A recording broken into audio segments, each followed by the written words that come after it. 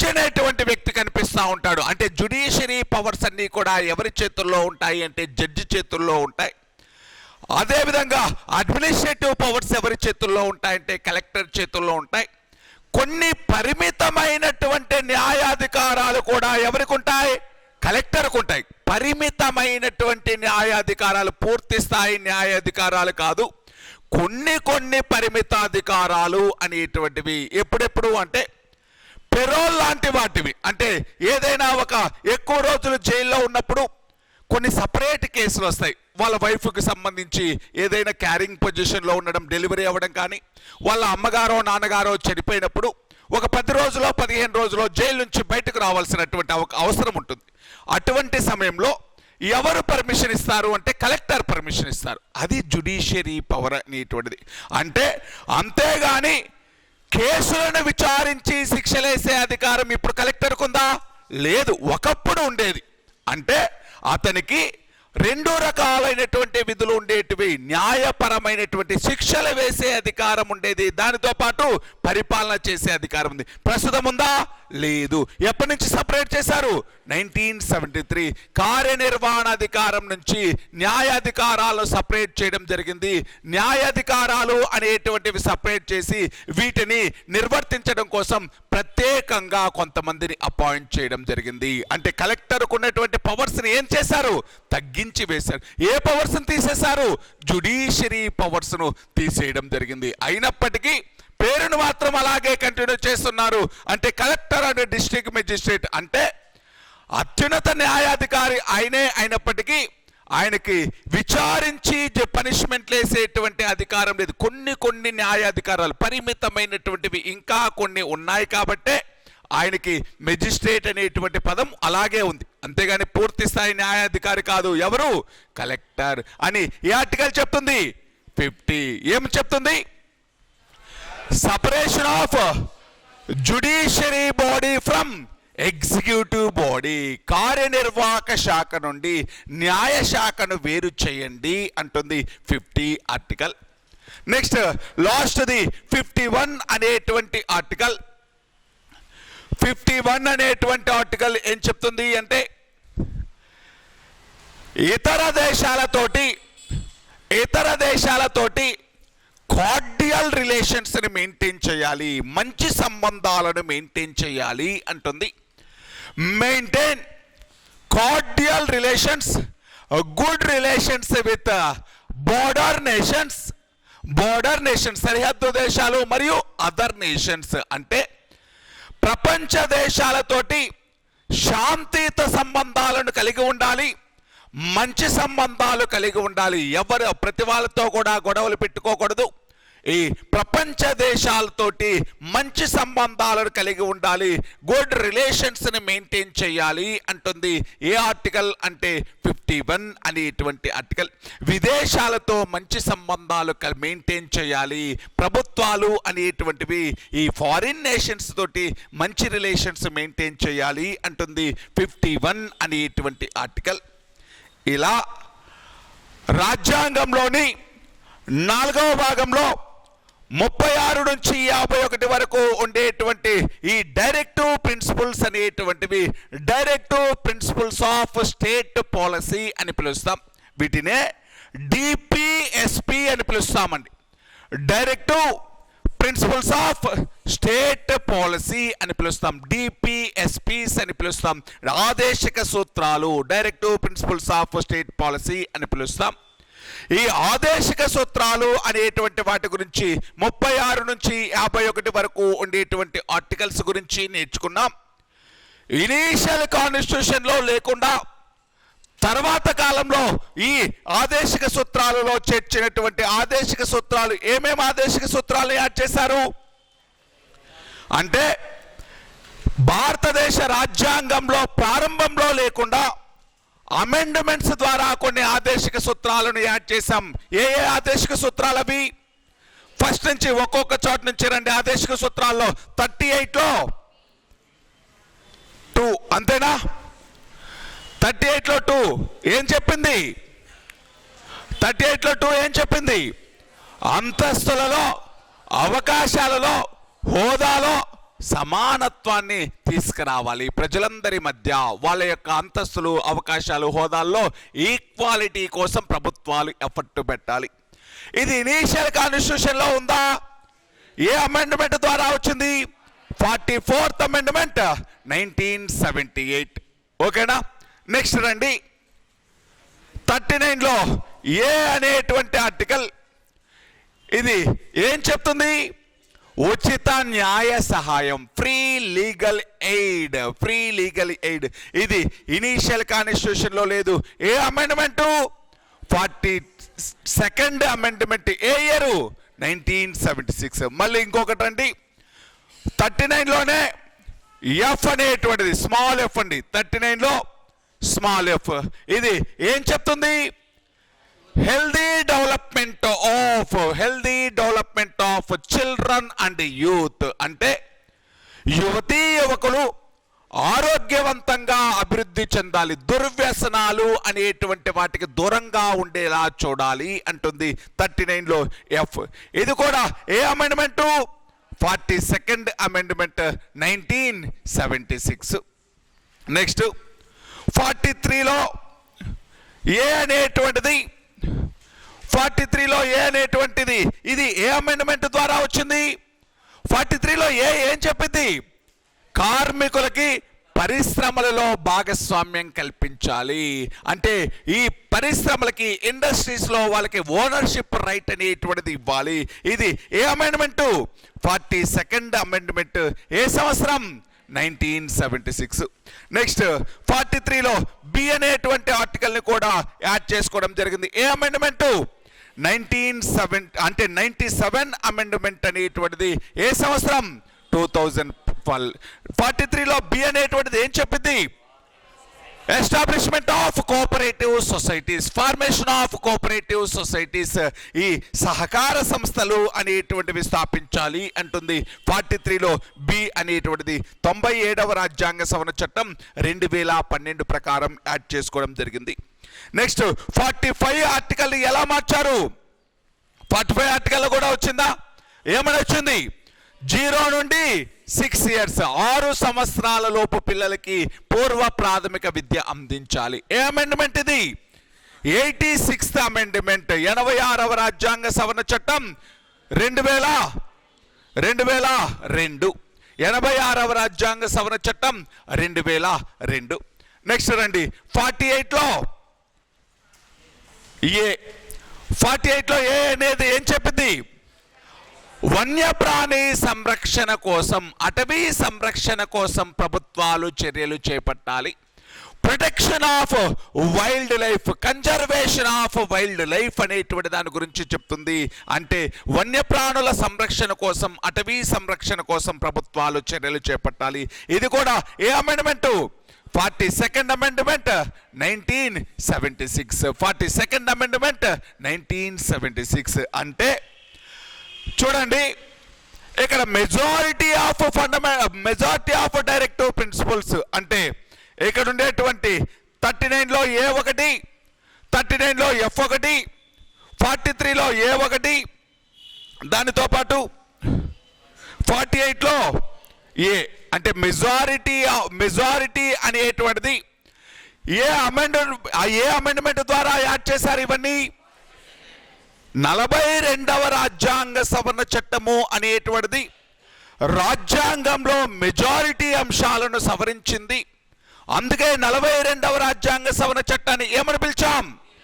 Mini constitution. 42nd అమెండ్మెంట్ని mini constitution అని పిలుస్తాం, మినీ రాజ్యాంగం అని పిలుస్తాం. 42వ రాజ్యాంగ సవరణ చట్టం అనేటువంటి దాన్ని. ఇది దేనికి సంబంధించినది అంటే డైరెక్టివ్ ప్రిన్సిపల్స్కు సంబంధించినటువంటి ఆర్టికల్స్ ఏం చెప్తున్నాయి, కాన్సెప్ట్ ఏంటి అనేటువంటి దానికి సంబంధించి. మరి ఈ డైరెక్టివ్ ప్రిన్సిపల్స్ అనేటువంటి దానికి సంబంధించి కొంతమంది ఈ రాజనీతి శాస్త్రవేత్తలు లేకపోతే పొలిటీషియన్స్ అనేటువంటి వాళ్ళు, కొంతమంది ఏమో ఈ డైరెక్టివ్ ప్రిన్సిపల్స్ అనేటువంటి వాటిని క్రిటిసైజ్ చేయడం జరిగింది, ఇంకో కొంతమంది ఏమో వాటిని సపోర్ట్ చేయడం జరిగింది, అప్రిషియేట్ చేయడం జరిగింది. మరి ఈ డైరెక్టివ్ ప్రిన్సిపల్స్ అనేటువంటి దానికి సంబంధించి కొంతమంది కొన్ని స్టేట్మెంట్స్ అనేటువంటివి ఇచ్చారు. ఎవరెవరు ఎటువంటి స్టేట్మెంట్లు ఇచ్చారు అనేటువంటిది చూద్దాం. ఖచ్చితంగా ఎగ్జామ్లో క్వశ్చన్స్ అయితే ఎలాగొస్తాయి అంటే, ఆదేశిక సూత్రాలు అమలు చేస్తే భారతదేశం అనేటువంటిది భూలోక స్వర్గంలాగా మారుతుంది అని ఎవరు చెప్పారు అంటాడు. ఎంసి చాగ్లా అనేటువంటి వ్యక్తి. ఒకసారి మళ్ళీ చూడండి, క్వశ్చన్స్ ఎలా వస్తాయో ఎలా అడుగుతాడో చెప్తున్నాను. ఆదేశిక సూత్రాలు అనేటువంటివి న్యూ ఇయర్ స్టార్టింగ్ రోజున, కొత్త సంవత్సరం ప్రారంభపు రోజున చేసుకునేటువంటి ఒక ప్లెడ్జెస్ లాంటివి, ప్రతిజ్ఞల లాంటివి అని ఎవరు చెప్పారు అంటాడు ప్రొఫెసర్ నసీరుద్దీన్ అనేటువంటి వ్యక్తి. ఆదేశిక సూత్రాలు అనేటువంటివి బ్యాంకులు తమ దగ్గర అమౌంట్ ఉన్నప్పుడు, లేకపోతే బ్యాలెన్స్లు ఉన్నప్పుడు, తగినంత వనరులు ఉన్నప్పుడు చెల్లించేటువంటి చెక్కుల లాంటివి ఇవి అని ఎవరు చెప్పారు? ప్రొఫెసర్ కేటీ షా అనేటువంటి వ్యక్తి. ఆదేశిక సూత్రాలు అనేటువంటివి 1935 చట్టం ప్రకారం గవర్నర్ జనరల్కి ఇచ్చినటువంటి ఇన్స్ట్రుమెంట్ ఆఫ్ ఇన్స్ట్రక్షన్స్ లాంటివి అని చెప్పినటువంటి వ్యక్తి ఎవరు అంటాడు డాక్టర్ బిఆర్ అంబేద్కర్ అనేటువంటివి. ఆదేశిక సూత్రాలు అనేటువంటివి సామాజిక, ఆర్థిక న్యాయం పెంపొందించడానికి ఉపయోగపడతాయి అంటాడు డాక్టర్ బిఆర్ అంబేద్కర్ అనేటువంటి వ్యక్తి. అదేవిధంగా ఈ టిటి కృష్ణమాచారి అనేటువంటి వ్యక్తి ఆదేశిక సూత్రాలు అనేటువంటివి వెరైటబుల్ డస్ట్బిన్ ఆఫ్ సెంటిమెంట్స్ అని పిలవడం జరుగుతుంది. వివిధ రకాల సెంటిమెంట్లతో కూడినటువంటి డస్ట్బిన్ లాంటిది ఆదేశిక సూత్రాలు అంటాడు. ఎవరు అంటే టిటి కృష్ణమాచారి అనేటువంటి వ్యక్తి. ఎన్ని ఆదేశిక సూత్రాలు పెట్టినప్పటికీ వాటికి న్యాయ సంరక్షణ లేనంత వరకు అవి షోకేసుల్లో బొమ్మల లాంటివే అంటాడు ఐవర్ జెన్నింగ్స్ అనేటువంటి వ్యక్తి. ఎవరండి? ఐవర్ జెన్నింగ్స్ అనేటువంటి వ్యక్తి. అంటే దీనిని సపోర్ట్ చేసేటువంటి ఒక సెక్షన్ ఉంది, అపోజ్ చేసేటువంటి ఒక సెక్షన్ ఉంది. ఆదేశిక సూత్రాలను సపోర్ట్ చేస్తూ కొంతమంది స్టేట్మెంట్లు ఇచ్చారు. ఈ ఆదేశిక సూత్రాలను అపోజ్ చేస్తూ కొంతమంది కొన్ని స్టేట్మెంట్లు అనేటువంటివి ఇవ్వడం జరిగింది. ఇప్పుడు చూడండి, క్రిటిసిజం ఏంటిది, విమర్శ ఏంటి అంటే, ఆదేశిక సూత్రాలపైన విమర్శ ఏంటి అంటే, ఇవన్నీ రాశాము, ఇవన్నీ చెప్పారు, కానీ ఆదేశిక సూత్రాలు అనేటువంటివి ఇవన్నీ కూడా ప్రభుత్వాలు చేయాల్సినటువంటి డ్యూటీ అని చెప్తున్నాం. కానీ మరి ఈ డ్యూటీని అవి నిర్వర్తించలేకపోతే, అంటే ఆదేశిక సూత్రాలను అమలు చేయకపోతే, ఈ ఆదేశిక సూత్రాలను అమలు చేయమని ప్రభుత్వాలని ఆర్డర్ చేయలేవు న్యాయ సంస్థలు అనేటువంటివి. జ్యుడిషియల్ ప్రొటెక్షన్ అనేటువంటిది లేదు, న్యాయస్థానాల ద్వారా వీటిని సాధించుకోలేము. మరి జ్యుడిషియల్ ప్రొటెక్షన్ లేనప్పుడు, న్యాయస్థానాల ద్వారా వీటిని సంరక్షించుకోలేనప్పుడు ప్రభుత్వాలు వీటిని ఖచ్చితంగా ఫాలో అవ్వాలి అని రూల్ ఏమీ లేనప్పుడు ప్రభుత్వాలు వీటిపైన కాన్సన్ట్రేషన్ చేయవు, ప్రభుత్వాలు ఆదేశిక సూత్రాలను అమలు చేయవు. మరి అటువంటప్పుడు న్యాయ సంరక్షణ లేనప్పుడు అసలు వీటిని రాజ్యాంగంలో చేర్చుకోవాల్సినటువంటి అవసరం ఏముంది అని క్రిటిసైజ్ చేయడం జరిగింది. కానీ డాక్టర్ బిఆర్ అంబేద్కర్ గారు ఈ రాజ్యాంగంలో డిస్కషన్స్ జరిగేటప్పుడు, రాజ్యాంగాన్ని రాసేటప్పుడు డిస్కషన్స్లో ఏమంటాడు అంటే, వీటికి న్యాయ సంరక్షణ లేనప్పటికీ వీటికి న్యాయ సంరక్షణ కల్పించాలి అంటే ప్రభుత్వాలకి చాలా భారంతో కూడుకున్నటువంటివి. ఇప్పుడిప్పుడే స్వతంత్రం వచ్చినటువంటి భారతదేశం, ఇప్పుడిప్పుడే డెవలప్ అవుతున్నటువంటి భారతదేశం ఇన్ని ఫెసిలిటీస్ కల్పించడం అనేటువంటిది పాసిబుల్ అవ్వదు. తమ దగ్గర ఉండేటువంటి రిసోర్సెస్ను బేస్ చేసుకుని, తమ దగ్గర ఉండేటువంటి వనరులను బేస్ చేసుకుని ప్రభుత్వాలు అనేటువంటివి ప్రజలకు ఇస్తూనే ఉంటాయి. వీటిని ప్రజాస్వామ్యబద్ధంగా ఎన్నికైనటువంటి ప్రభుత్వాలు ప్రజాస్వామ్యం కలిగినటువంటి భారతదేశంలో ఆదేశిక సూత్రాలను విస్మరిస్తే, ఆదేశిక సూత్రాలను మర్చిపోతే ప్రభుత్వాలు అనేటువంటి వాటిని నెక్స్ట్ టైం ఎన్నుకోవడం జరగదు. అంతేనా? ఆదేశిక సూత్రాలను ఫాలో అంటే విస్మరిస్తే, అంటే ఈ ఆదేశిక సూత్రాలు అనేటువంటివి ఖచ్చితంగా అమలు చేయాలి అని లేనప్పటికీ వీటిని ప్రభుత్వాలు అనేటువంటివి మర్చిపోలేవు. ఎందుకని? సంక్షేమ పథకాలను అమలు చేస్తే మాత్రమే వాటికి ప్రజల యొక్క మద్దతు ఉంటుంది. నెక్స్ట్ టైం కూడా వాళ్ళు మళ్ళీ అధికారంలోకి వస్తారు. అంతేగాని ఈ ఆదేశిక సూత్రాలను మర్చిపోయి ప్రజా సంక్షేమ కార్యక్రమాలు చేపట్టకపోతే నెక్స్ట్ టైం ఎలక్షన్స్లో ఓడిపోతారు. అందుకని ప్రజాస్వామ్యం కలిగినటువంటి భారతదేశం అనేటువంటి దానిలో ఇవన్నిటికీ న్యాయ సంరక్షణ లేనప్పటికీ ఆదేశిక సూత్రాలను ప్రభుత్వాలు విస్మరించలేవు. ఆదేశిక సూత్రాలను అమలు చేయాలి. అమలు చేయకపోతే ఏమవుతుంది అంటే ఆ న్యాయస్థానాల ద్వారా సాధించుకోలేకపోయినప్పటికీ ప్రజలు అనేటువంటి వాళ్ళు నెక్స్ట్ టైం వాళ్ళని ఎలక్షన్స్లో ఎన్నుకోవడం జరగదు. అందుకని వీటికి న్యాయ సంరక్షణ కల్పిస్తే ప్రభుత్వం మీద విపరీతమైన భారం పడిపోతుంది. ప్రతివాడికి ఎంప్లాయ్మెంట్ ఇవ్వడము అంటే ప్రభుత్వాలకు సాధ్యమయ్యే పని కాదు. ప్రతివాడికి పని చేసుకోలేనటువంటి వాడందరికీ కూడా ప్రభుత్వం సహాయం చేయాలంటే సాధ్యమయ్యేటువంటిది కాదు. ఇటువంటి దీంట్లో కొన్ని రకాలైనటువంటి రెస్ట్రిక్షన్స్ ఉన్నాయి కాబట్టి మనం న్యాయ సంరక్షణ అనేటువంటిది ఇవ్వటం లేదు. న్యాయ సంరక్షణ ఇవ్వకపోయినప్పటికీ ప్రభుత్వాలు ఏమైనా వీటిని మర్చిపోతాయా? మర్చిపోలేవు. మర్చిపోతే ఏమవుతుంది? నెక్స్ట్ టైం అవి గెలవలేవు. అందుకని ప్రభుత్వాలు మర్చిపోలేవు, విస్మరించలేవు. న్యాయ సంరక్షణ పెట్టమని మీరు అడుగుతున్నారు. పెడితే ఏమవుతుంది అంటే ప్రభుత్వాలకు విపరీతమైనటువంటి ఆర్థిక భారం అవుతుంది. ప్రభుత్వాలు అనేటువంటి భారతదేశం ఇప్పుడిప్పుడే డెవలప్ అవుతున్న దేశం. ఈ దేశము ఇన్ని సోర్సెస్ అనేటువంటివి లేవు, ఇంత డబ్బు అనేటువంటిది లేదు. కాబట్టి మనము ఈ న్యాయ సంరక్షణ అనేటువంటిది కల్పించటం లేదు అని ఆదేశిక సూత్రాలకు సపోర్టుగా మాట్లాడాడు. ఎవరు అంటే డాక్టర్ బిఆర్ అంబేద్కర్ అని. క్రిటిసిజం ఏంటి? విమర్శ ఏంటి? జ్యుడిషియల్ ప్రొటెక్షన్ లేదు, న్యాయ సంరక్షణ లేనప్పుడు ఉంటే ఏంటి, లేకపోతే ఏంటి అంటారు. ఎవరైతే ఐవర్ జెన్నింగ్సే కాదు, విమర్శించేటువంటి వాళ్ళ యొక్క స్టేట్మెంట్ అది. విమర్శించే వాళ్ళు ఏంటి అంటే న్యాయ సంరక్షణ లేదు, న్యాయ సంరక్షణ లేనప్పుడు వీటిని కోర్టుల ద్వారా సాధించుకోలేం, ప్రభుత్వాలు ఖచ్చితంగా చేయాలి అని రూలే లేనప్పుడు ఎందుకు చేస్తాయి అవి అంటారు విమర్శకులు.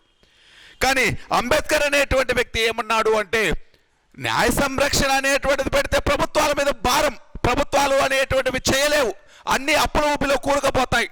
అందుకని న్యాయ సంరక్షణ లేనప్పటికీ తమ దగ్గర ఉండేటువంటి రిసోర్సెస్ను బేస్ చేసుకుని, తమ దగ్గర ఉండేటువంటి వనరులను బేస్ చేసుకుని అప్పుడప్పుడు ఒక్కొక్క సంక్షేమ కార్యక్రమమైనా చేపట్టగలవు. అంటే పూర్తిగా విస్మరించజాలవు. విస్మరిస్తే ఏమవుతుంది? మర్చిపోతే ఏమవుతుంది?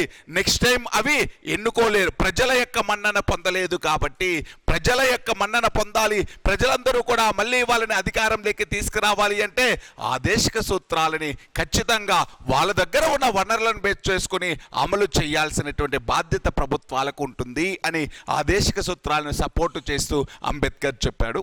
మరి ఈ డైరెక్టివ్ ప్రిన్సిపల్స్ అనేటువంటి దానికి సంబంధించి డిపిఎస్పీస్కి సంబంధించి ఎవరెవరు ఎటువంటి స్టేట్మెంట్లు ఇచ్చారు, వాళ్ళ యొక్క విమర్శలు ఏంటి, సపోర్టర్స్ అయితే ఎలా సపోర్ట్ చేశారు, అదే అపోజ్ చేసినటువంటి వాళ్ళు ఎలా క్రిటిసైజ్ చేశారు అనేటువంటి దాని గురించి నేర్చుకుందాం. చిన్న సైడ్ హెడ్డింగ్ ఏంటి అంటే స్టేట్మెంట్స్, వ్యాఖ్యానాలు అని పెట్టుకోండి. స్టేట్మెంట్స్, వ్యాఖ్యానాలు. డైరెక్టివ్ ప్రిన్సిపల్స్కి సంబంధించి ఎవరెవరు ఏ స్టేట్మెంట్ ఇచ్చారు ఇంపార్టెంట్ అండి. ఎగ్జామ్లో డైరెక్టివ్ ప్రిన్సిపల్స్కి సంబంధించి మీకు ఇంతకుముందు కూడా కొన్ని స్టేట్మెంట్లు చెప్పానా? ఎక్కడ చెప్పాను?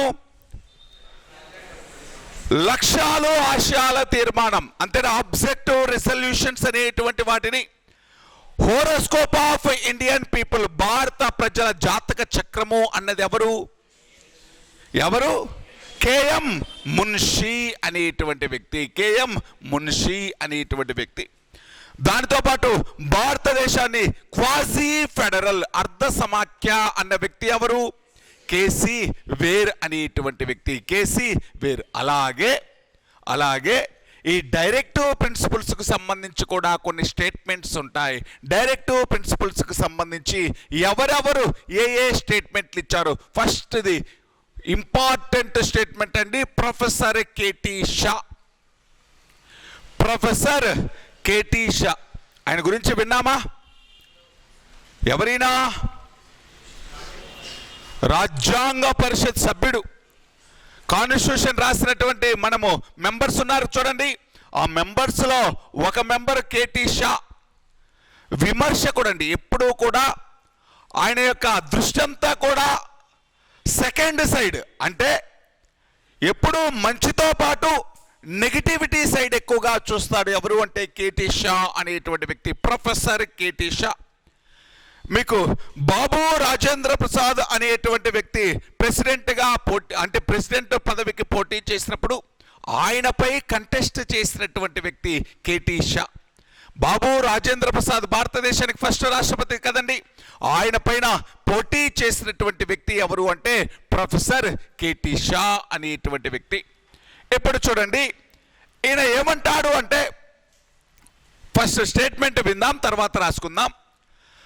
బ్యాంకులు తమ వద్ద ఉన్న నగదు ఆధారంగా లేకపోతే తమ దగ్గర ఉన్న వనరుల ఆధారంగా చెల్లించే చెక్కు లాంటివి ఆదేశిక సూత్రాలు అని చెప్పడం జరిగింది. అంటే తమ దగ్గర ఉండేటువంటి సోర్సెస్ ఆధారంగా, ఇప్పుడు నువ్వు బ్యాంకుకి వెళ్ళావు, బ్యాంకుకి వెళ్ళిన తర్వాత నీకు ఒక 10 లక్షల రూపాయలు నీ అకౌంట్లో డబ్బులు ఉన్నాయి, 10 లక్షల రూపాయలు కావాలి అని బ్యాంకుకి వెళ్ళావు. బ్యాంకుకి వెళ్ళినప్పుడు బ్యాంకు వాడు ఏమంటాడు, వాడి దగ్గర 10 లక్షల రూపాయలు ఉంటే వెంటనే నీకు ఇచ్చేస్తాడు. 10 లక్షల రూపాయలు వాడి క్యాష్ కౌంటర్లో లేకపోతే ఏమంటాడు, సార్ ఈరోజు డబ్బులు లేవు, రేపు రండి నీకు 10 లక్షలు ఇస్తాను. అంటే వాడి దగ్గర రిసోర్సెస్ ఉన్నప్పుడే నీకు ఇస్తున్నాడు, రిసోర్సెస్ ఉన్నప్పుడే ఇస్తున్నాడు. బ్యాంకులు ఎలాగైతే రిసోర్సెస్ ఉన్నప్పుడు, వనరులు ఉన్నప్పుడు ప్రజలకు ఫెసిలిటీస్ కల్పిస్తాయో, అదేవిధంగా ప్రభుత్వాలు కూడా తమ దగ్గర రిసోర్సెస్ ఉన్నప్పుడు, వనరులు ఉన్నప్పుడు మాత్రమే ఈ ఆదేశిక సూత్రాలను అమలు చేస్తాయి అని క్రిటిసైజ్ చేశాడు.